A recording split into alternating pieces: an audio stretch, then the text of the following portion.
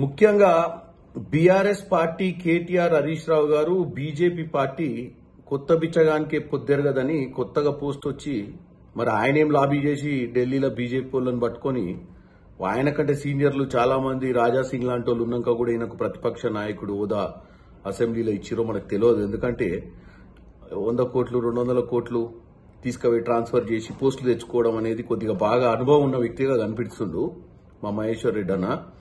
మహేశ్వర్ రెడ్డి అన్న కాంగ్రెస్ పార్టీ నుంచి ఆ పార్టీలకు పోయినావు, పీఆర్పీ నుంచి కాంగ్రెస్లకు వచ్చినావు.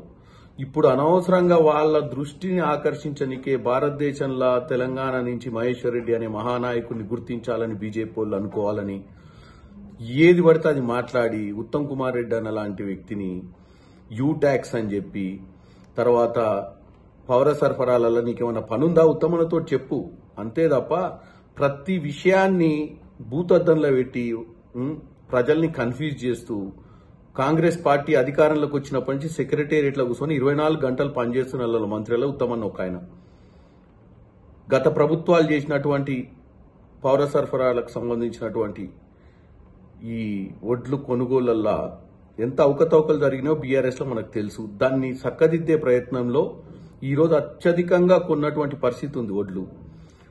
ఈరోజు మీరు ప్రతిదాన్ని కన్ఫ్యూజ్ చేస్తూ యూ ట్యాక్స్ అని చెప్పి ఢిల్లీలో సీఎం పోస్టుకు ట్రై చేస్తుండని చెప్పి అసలు ఎందుకు రోజు మీడియా వాళ్ళు కనపడంగానే మీకేదో ఉత్సాహం వస్తున్నట్టు అనిపిస్తుంది. సో బీజేపీ నాయకుడు ముఖ్యంగా మహేశ్వర్ రెడ్డి గారు ఏది మాట్లాడినా గానీ మనం ప్రజలకు ప్రూవ్ చేయాల్సిన అవసరం ఉంటుంది. ఈ 4 రోజులు మాట్లాడి ఫేమస్ కావడం గొప్ప కాదు.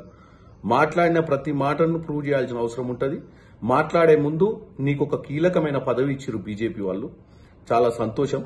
కాకపోతే ఆ పదవిని అంత తొందరగా ఆ పదవిలో కూర్చొని ఏదో సాధించాలన్న ఆలోచనతోటే గతంలో కూడా మీరు విఫలమయ్యారు. మా పార్టీలు ఉన్నా గానీ పీఆర్పీలు ఉన్నా గానీ ఇప్పటికైనా ఆ కొత్త పార్టీకి పోయి అక్కడ మంచిగానే ఏదో మేనేజ్ చేసి పోస్ట్ తెచ్చుకోరు కాబట్టి ఆ పోస్ట్ ని జాగ్రత్తగా కాపాడుకోవాలని కోరుకుంటున్నా. ఎందుకంటే ఈ అసందర్భ ప్రేలాపనలు మాట్లాడటము, సంబంధం లేని సబ్జెక్టులు మాట్లాడటం వల్ల ఏమైపోద్దంటే ప్రజలు ఇంకొకసారి మీరు ప్రెస్ మీట్ పెడితే కూడా చూడని పరిస్థితికి వస్తారు. ఇప్పుడంటే బాగానే కవర్ చేస్తారు అన్ని పేపర్లు.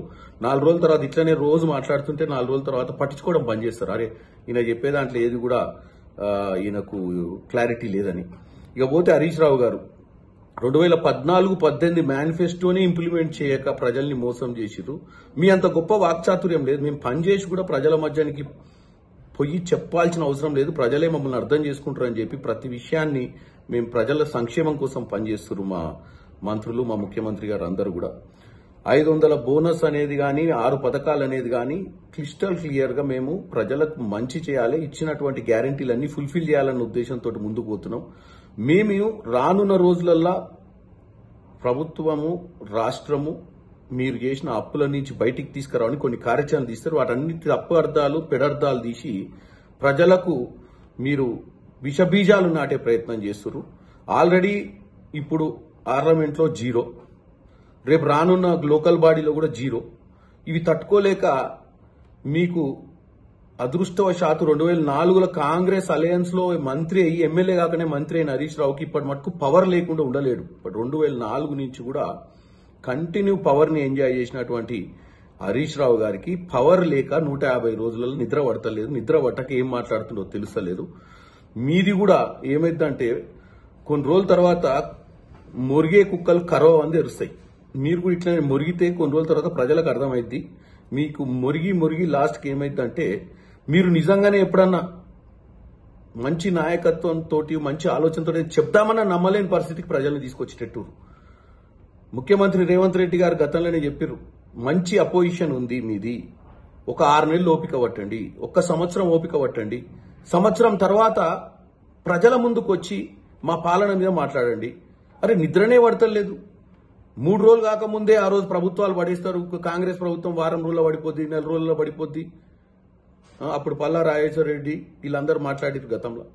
ఇప్పుడు మీరు ఏం మాట్లాడుతున్నారు?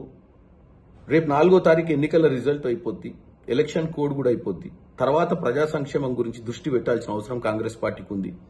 మీరు ఒక మంచి అపోజిషన్ పాత్రలో మీరు కేటీఆర్ గారు హరీష్ రావు గారు అలాగే బీజేపీ నాయకులు మహేశ్వర్ రెడ్డి గారు ఇంకా కిషన్ రెడ్డి గారు ఎవరైనా సరే మంచి అపోజిషన్ రోల్ ప్లే చేసి ఒక రోల్ మోడల్ గా ఉండి తెలంగాణ తెచ్చుకున్న 10 ఏళ్లు ఆగమైపోయినాం. ఇప్పటికైనా మా ప్రభుత్వాన్ని మంచి చేసినప్పుడు సమర్థిస్తూ తప్పు చేసినప్పుడు ఎండగట్టే విధానంగా ముందుకు పోవాలని కోరుకుంటున్నా. తెలంగాణ ప్రజలు ఇప్పటికే విసిగిపోయుర్రు. ఈ తప్పుడు ప్రచారాలతోటి మంచి ఏందో చెడేందో తెలియని పరిస్థితికి వాళ్ళని తీసుకురాకండి. ప్రజలు కూడా వినొద్దని కోరుకుంటున్నా. మా మీద నమ్మకం ఉంచండి.